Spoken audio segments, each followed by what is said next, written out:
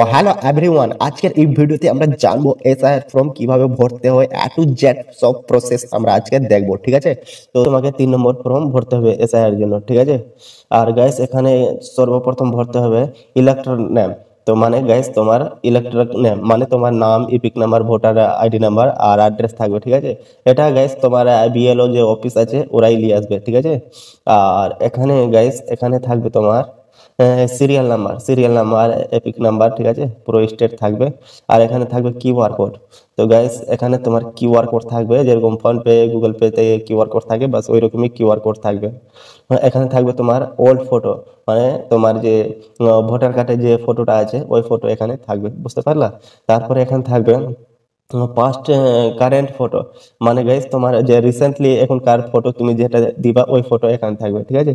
তো প্রথম ঘর হয়ে গেল। তারপরে গাইস এখানে চলে আসলো ডেট অফ বার্থ, ঠিক আছে? তো তোমাকে এখানে ডেট অফ বার্থ বসিয়ে দিতে হবে এই ঘরে। তো ডেট অফ বার্থ তোমাকে বসিয়ে দিতে হবে। তারপরে এখানে হয়ে গেল আধার নাম্বার। তোমাকে আধার কার্ডের নাম্বার তোমাকে ফাঁকা এই ঘরে বসিয়ে দিতে হবে। এই ঘরে ফাঁকা ঘরে বসিয়ে দিতে হবে। তারপরে গাইস এখানে আছে মোবাইল নাম্বার। তো গাইস এখানে অ্যাকচুয়ালি তোমাকে কারেন্ট মোবাইল নাম্বার দিতে হবে। যে মোবাইল নাম্বারটায় ফোন আসা যাওয়া করে ওই মোবাইল নাম্বারটা এখানে দিতে হবে, কারণ ওটিপি আসবে। তারপরে এখানে গাইস ফাদার্স গার্জিয়ান নেম। তো গাইস তোমার বাবার নাম কি আছে, এখানে গার্জিয়ান নাম বসে যাবে, বাবার নাম। তারপরে এটা উভয় ক্ষেত্রে আছে, ছেলে মেয়ে সবার ক্ষেত্রে, ঠিক আছে? Father's name. আর এটা ফাদার্স ভোটার কার্ড নাম্বার, এখানে লেখা আছে ফাদার্স গার্জিয়ান ইপিক নাম্বার। তো গাইস তোমার বাবার যে ভোটার কার্ডের এখানে নাম্বার বসাতে হবে, এখানে ভোটার কার্ড আইডির নাম্বার, যেটা আর কি নাম্বার থাকে। তারপরে মায়ের নাম, এখানে আছে মাদার্স নেম। তো গাইস এখানে তোমার মায়ের নাম বসিয়ে দিতে হবে, আর সবটা ক্যাপিটালে বসাতে হবে। মায়ের ইপিক নাম্বার বসাতে হবে। স্পাউস নেম, তোমার যদি বিয়ে হয়ে থাকে তো গাইস তোমার এখানে বউ থাকলে বউয়ের নাম বসবে, এবং স্বামী থাকলে স্বামীর ক্ষেত্রে স্বামীর নাম বসবে, ঠিক আছে? এবার স্পাউস ইপিক নাম্বার, তুমি এখানে যার নাম দিবা ওর এখানে ভোটার কার্ডের নাম্বার এখানে বসাতে হবে। ওকে, বোঝা গেল।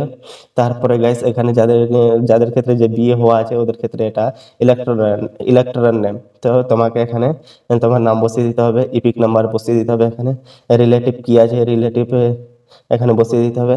রিলেশনশিপ কি আছে তোমার, এখানে বসিয়ে দিতে হবে। ডিস্ট্রিক্ট কি আছে, ডিস্ট্রিক্ট এখানে বসিয়ে দিতে হবে, ঠিক আছে? স্টেট কি আছে, স্টেট বসিয়ে দিতে হবে। আর এটা কাজের জন্য, ঠিক আছে? বুঝতে পারলে তো? ধরে নাও যে সাপোজ তোমার বিয়ে হয়ে গেছে, ঠিক আছে? বিয়ে হয়ে গেছে, আর তোমার বউয়ের যে ভোটার কার্ড আছে ওর মায়ের ওখানে মানে ওই বানিয়েছে।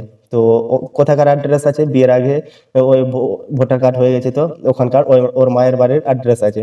তো ওর মায়ের বাড়ির মানে অ্যাড্রেসটা এখানে বসাতে হবে, যদি ট্রান্সফার না করে থাকো তারপরে ওখানকার বসাতে হবে। আর যদি তোমার বিয়ের পর তারপরে এখানে ভোটার কার্ড বানিয়ে থাকো আর তোমার কারেন্ট অ্যাড্রেস যেটা আছে তোমাকে এই অ্যাড্রেসটা বসাতে হবে।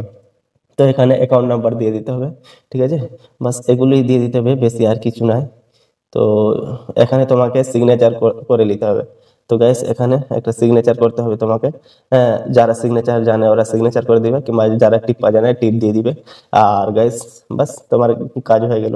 তো গাইস এরকম তোমার এসআইআর ফর্ম ভরা চলে যাবে।